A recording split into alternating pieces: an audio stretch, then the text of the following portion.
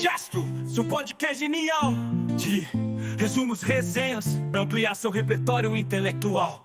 Pega a ideia, leva adiante, mas saber em cada instante. Digesto, conhecimento essencial.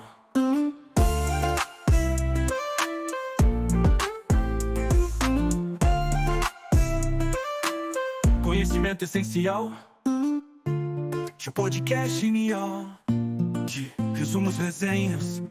Existe uma equação que, ao longo da história, talvez tenha sido uma das mais perigosas de todas. Mas o perigo dela não está em ser conhecida, está justamente no oposto. O perigo dela é o caos que acontece quando a gente a ignora. E, acredite, nós a ignoramos o tempo todo. Pare e pense um pouco. Se fosse para chutar, qual fórmula matemática teria causado mais estragos, mais decisões ruins, mais dinheiro jogado fora? Provavelmente, um nome muito famoso vem à mente, não é?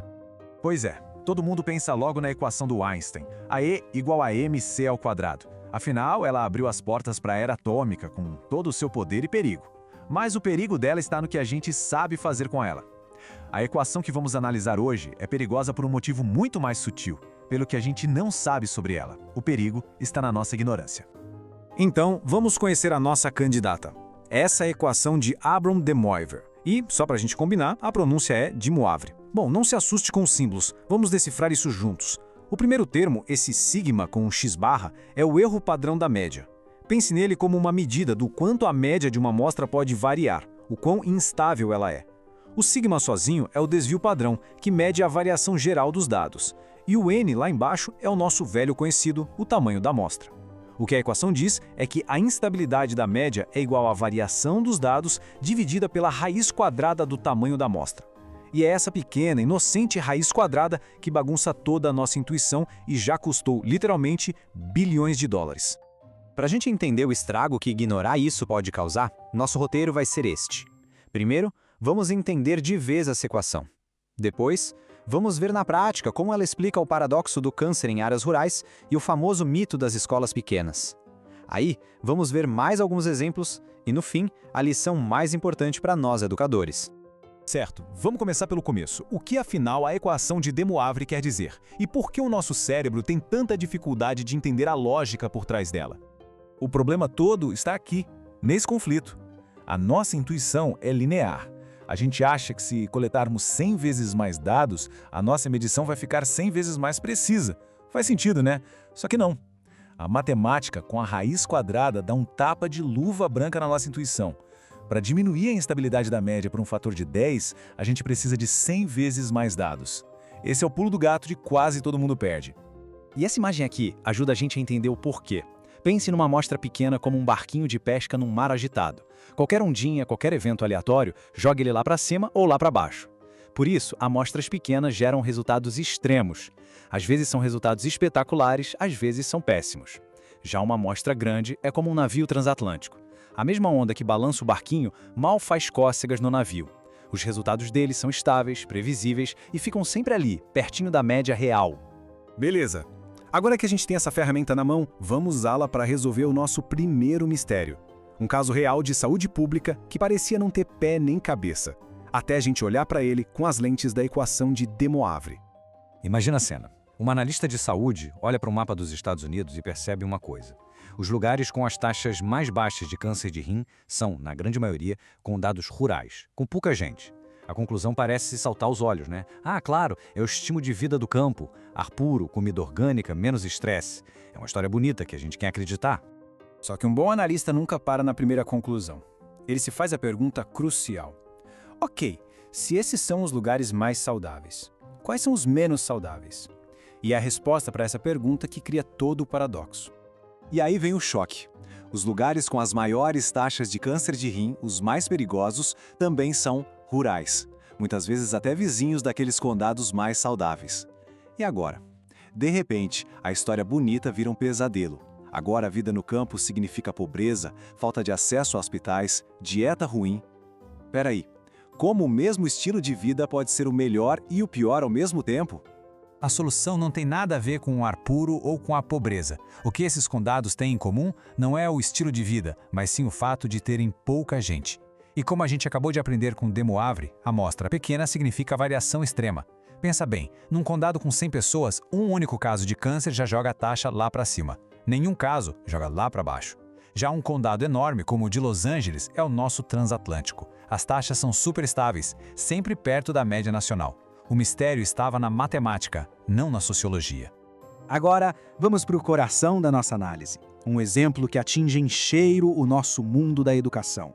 A história de como essa mesma falha de interpretação levou a um dos maiores e mais caros erros de política educacional da história recente.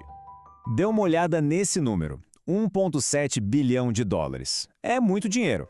E toda essa fortuna foi investida com base numa ideia que parecia brilhante, mas que ignorava completamente a lição do barquinho e do transatlântico que a gente acabou de ver. A evidência parecia inquestionável. Os pesquisadores olhavam para os rankings de melhores escolas e o padrão era claro. As escolas pequenas estavam super representadas no topo. Na Pensilvânia, por exemplo, elas apareciam 4 vezes mais do que o esperado entre as escolas de elite. A conclusão parecia lógica, a mesma do caso do câncer. Tem alguma coisa nas escolas pequenas que as torna melhores. E com tanto dinheiro de fundações importantes entrando no jogo, essa ideia se espalhou como um incêndio. Mas agora a gente já está vacinado, não é? A gente já aprendeu a lição do mapa do câncer. Já sabemos qual é a pergunta que precisa ser feita. Se as escolas pequenas estão no topo, onde mais elas estão? E como era de se esperar, quando olharam para o final do ranking, para as escolas com os piores resultados, bingo, o padrão se repetia. As escolas pequenas também estavam super representadas entre as piores. A verdade é que elas não eram melhores, elas eram simplesmente mais instáveis. Elas eram os nossos barquinhos, sendo jogados violentamente para o sucesso e para o fracasso. E aqui a gente reforça o aprendizado para não esquecer mais. É a equação de De Moivre de novo na nossa frente. O tamanho da escola é o nosso N, o tamanho da amostra. Uma escola com poucos alunos está sujeita a flutuações enormes. Uma turma genial leva a escola para o topo do ranking. Uma turma com mais dificuldades joga ela lá para baixo. As escolas grandes, os nossos transatlânticos, são muito mais estáveis. Essa frase é muito forte. E o peso dela vem do fato de não ser de um crítico, mas de uma das pesquisadoras envolvidas na reavaliação de todo esse movimento. É um reconhecimento doído de que uma política cheia de boas intenções, mas baseada num erro estatístico básico, pode ter causado um prejuízo real para as crianças em vez de ajudar. Um desserviço de bilhões de dólares. Ok, mas essa ideia não se aplica só a mapas e escolas. Vamos ver agora como esse mesmo princípio aparece em outros contextos que a gente nem imagina, de cidades seguras a debate sobre desempenho escolar. Esse exemplo é ótimo. Uma seguradora fez um ranking das cidades mais e menos seguras dos Estados Unidos. Olhando a tabela, o que a gente percebe, tanto na lista das 10 mais seguras quanto na lista das 10 menos seguras, só tem cidade de porte médio ou pequeno. E as 10 maiores cidades do país, Nova York, Los Angeles, Chicago, nenhuma delas aparece nos extremos. Por quê? Porque elas são amostras gigantescas, são os transatlânticos. Suas taxas de acidentes são super estáveis, sempre flutuando em torno da média nacional. Agora vamos para um tema um pouco mais sensível. Há décadas se observa um padrão. Parece haver mais homens nos extremos de desempenho, tanto entre os gênios quanto entre aqueles com mais dificuldade.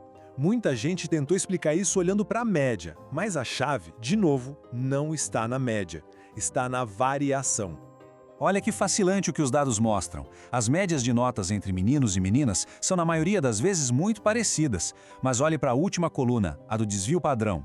O desvio padrão nos diz o qual espalhados são os resultados, e de forma consistente, os resultados dos meninos são pouco mais espalhados, têm uma variação maior.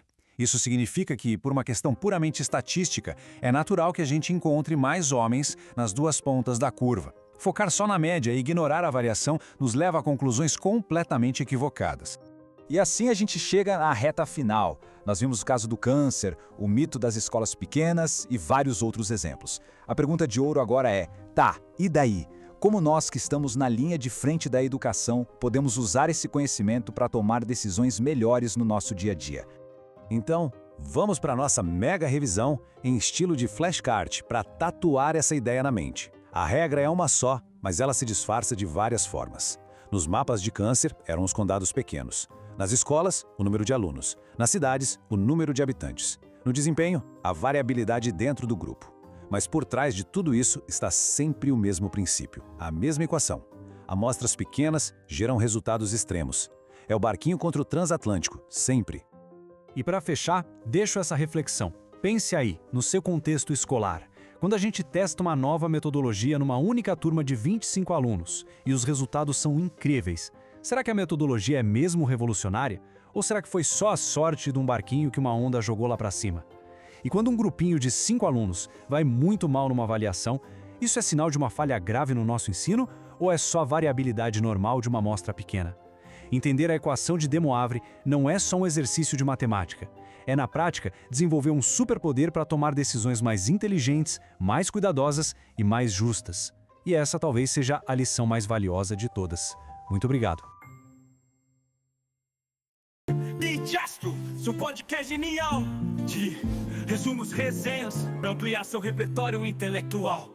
Pega a ideia, leva adiante, mas saber em cada instante. Digesto, conhecimento essencial.